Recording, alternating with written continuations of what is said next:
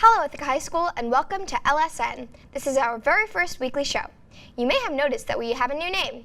We are now Lake Street News. This show will be a little longer than our old daily shows and will feature interesting things going on around not only IHS but also the city of Ithaca.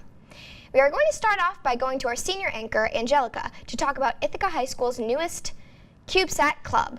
Hello and welcome to another segment of WRED News, and I'm Angelica Crone. Would you like to send a satellite to the moon, space, Mars, or beyond? Then join the new CubeSat Club. The goal of this club is to design and build a CubeSat to test a new CubeSat attitude control system. But what is a CubeSat, you ask? Well, a CubeSat is a miniature spacecraft that has many amazing capabilities.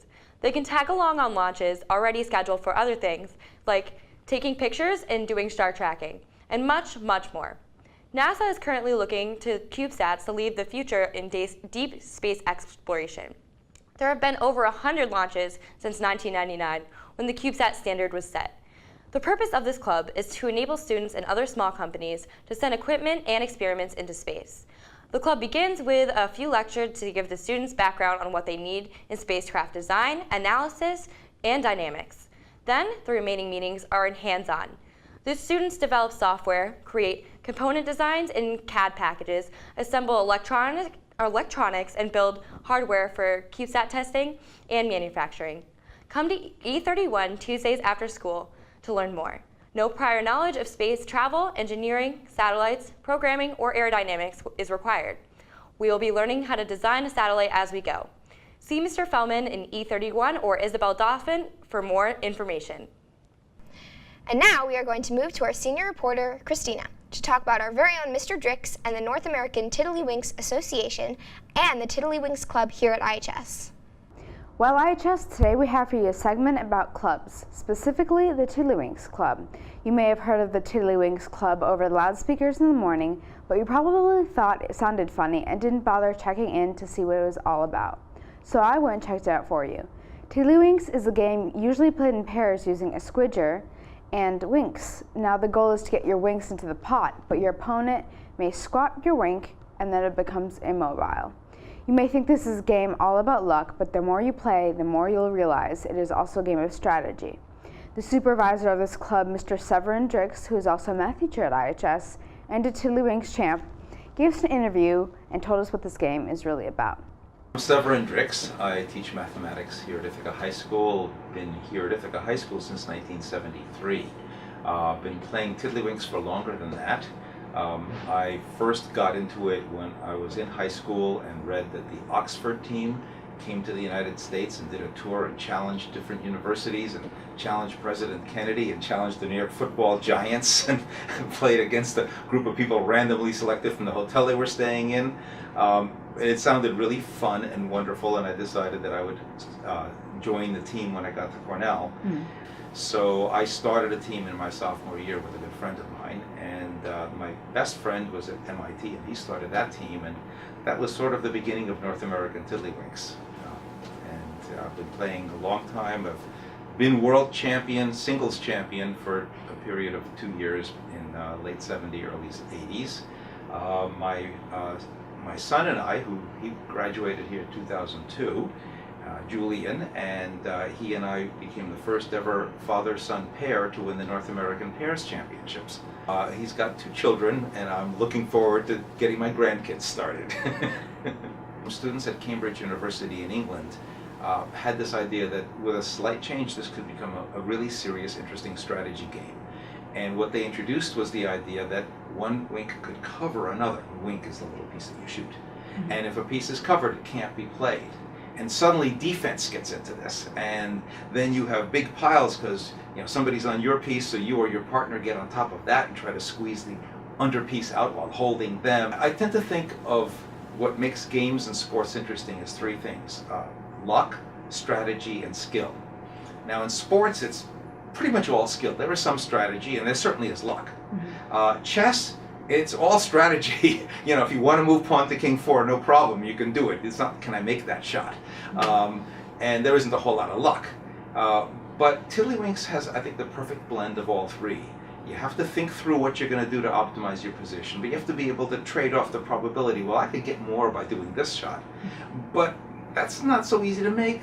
This one's easier. And then, of course, certainly luck, because these things bounce around a little bit. And, if you land very close to somebody that you wanted to get on top of, that's worse than missing by a mile, because then he's got an easy shot to get on top of you. So that's what I love about the game, is the mix of those three. We've had tournaments held here because we have so many students at the high school that play, that other people like to come to sort of get to meet them, have them meet the ones who've been playing for years and years, and get better at the game, by playing these experienced players. We have a really enthusiastic group. A lot of them are seniors, so if you're not a senior, there's a great opportunity here to take a leading role. But mostly you just want to stop by and look at it and see if it looks interesting, and then give it a try. It's really a lot of fun. So it's been 50 years.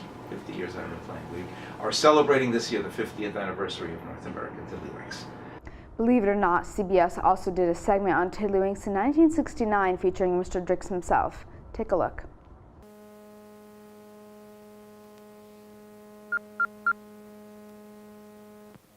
I'm Captain Drix of Beleaguered Cornell. The trouble is, supposing one color gets 5 in the pot.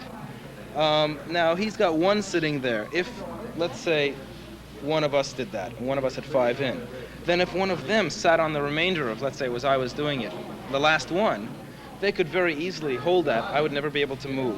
They'd have 12 people to defend against his 6 trying to free me, and they would easily enough be able to then squab and get so much, combined piles, like with double squabs or triple squabs, so that one of theirs would be completely free to go in the cup. One more shot. Well, that's all we have for Tiddlywinks today. If you're interested, come into G103 on Wednesday to join. They're always welcoming new members, and you'll be as happy as this guy. Wow, I had no idea all of that history was behind the club. Now we go to our senior reporter, Pierce, to talk about our long 10 weeks of school without a break. Hello, I'm Pierce Anderson. Dear Ithaca High School students and staff, I've heard many of you noticing a strange phenomenon in the school year. Namely, that there's a massive gap of breaks, 10 weeks between the end of February break and the beginning of spring break without a single vacation day. Many of both student and staff complexion have called these 68 days the death march. So why have we had so many breaks in the second quarter and nearly none in the third? Whose system do we follow that required this format? Who should I blame? The answers to all these questions were more interesting and understandable than I anticipated. In late February, I sat down with Lavelle Brown, superintendent of the Ithaca City School District, Bob Van Kuren, director of human resources, and Matt Landel, deputy superintendent. I knew that BOCES was the main force behind the calendar creation process, but after that, I was as in the dark as you viewers. Let's watch Dr. Brown discuss its creation. Could you describe the creation of the ICSD calendar for people who might not know how it works? Yeah, the process includes a lot of back and forth conversations over a series of months. Mm-hmm. So I'm at the table with the other superintendents in our region who all feed into the BOCES system, and we talk initially about a calendar. And we come to some agreements. Unlike other districts in our region, our calendar goes to the ITA, or ITA, our Teachers Association gives us feedback on the calendar, and other bargaining units give us feedback on the calendar. We gather that feedback through a process. We also talk to parents, young people, and we incorporate that feedback into our iteration of the calendar. It's also important to understand a lot of the calendar is somewhat out of our control, and it's based on when the region schedules are happening in June, and also when Labor Day hits, because our teachers' contract is that essentially we don't start school, teachers don't arrive before Labor Day. ICSD took the lead in the TSD BOCES calendar mostly. However, we have 2 more school days in the BOCES calendar, or districts like South Seneca, who use these days as breaks in their death marches or as snow day makeup days. However, the teacher contract required ICSD teachers to have a certain amount of student contact days, and therefore these would have been vacation days are now school days. Additionally, due to the large population of students going from IHS to BOCES, the calendars have to align reasonably well. Dr. Brown added that we will always try our best to be as close to the BOCES calendar as possible. Okay. I asked Deputy Superintendent Matt Landel about why spring break is at the end of April, why it couldn't be pushed up earlier, and he filled me in. We did follow BOCES' lead. We adopted the same calendar essentially was driven by when state testing is like right in the middle of April this year, and all the districts in this area made the decision to not have spring break be like at the end of March, because that seemed like it'd be too early. So I know the intent, although we don't have it all firmed up yet to go to the board, but the intent is to have spring break next year earlier in April, to go kind of back to that. So I'm not going to use the words you used to describe the the time, but so that span of time is shorter. And an alternative to the calendar we have now would look like a break being a week sooner. Everyone in the room didn't like using words like death march. Dr. Brown elaborated on why the mindset of seeing 10 weeks without a break as a death march is detrimental to the high school. And calling it a death march because of those additional 5 days, I want to talk about why that is. We are a school district that supports thinking and talk about engaging and educating and empowering. And if young people, adults are thinking about being in our spaces in that way, that's another conversation that's bigger than an academic calendar conversation. Dr. Brown added that these additional 5 days, these 5 school days, are essentially a first world problem. Let's take a look. Because in the very near future, you and others are going to be in the workforce, you're going to be in the colleges, and you're going to be in college, you're going to be in a career that won't care about your spring break or how long you've been working without a break. It's going to be about how you're engaging in the work that you're involved in. So, there you have it. Thanks to state testing, following the BOCES schedule, a decision Dr. Brown will not change anytime soon, and wanting to space out breaks in a normalist fashion, we're currently in the death march. In future years, spring break should be at a better time. Dr. Brown added that he'll be working on making school life better for students in the death march with perception tests due in coming weeks. The administration will keep working to improve student participation and school activities for the next few weeks and beyond. Please read the March issue of the Tatler for more detailed analysis of the calendar system.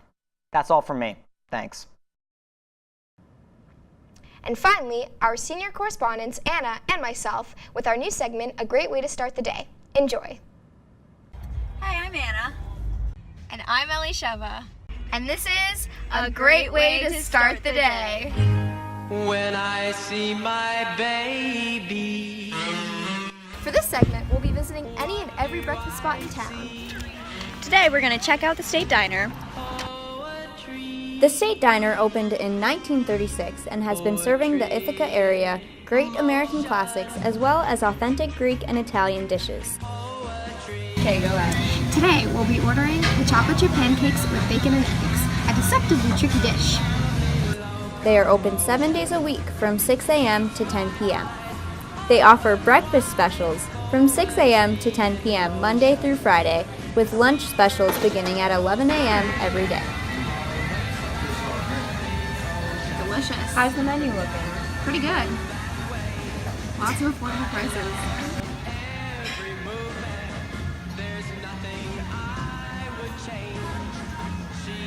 This looks delicious.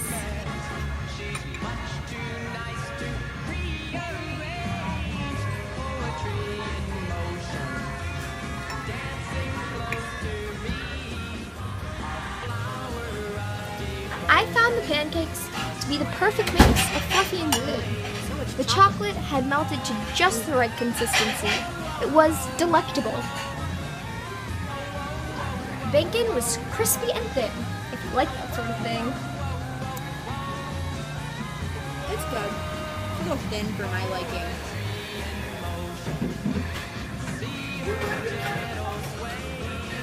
The eggs were fluffy, but could have used a bit more spice.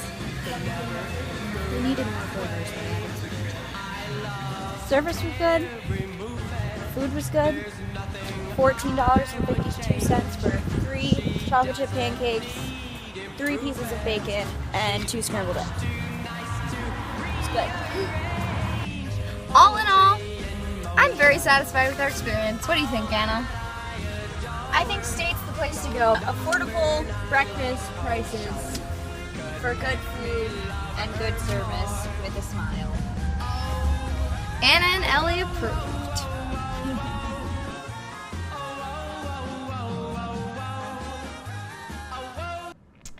Thanks for tuning in to our first weekly show. We here at LSN hope you enjoyed. See you next time.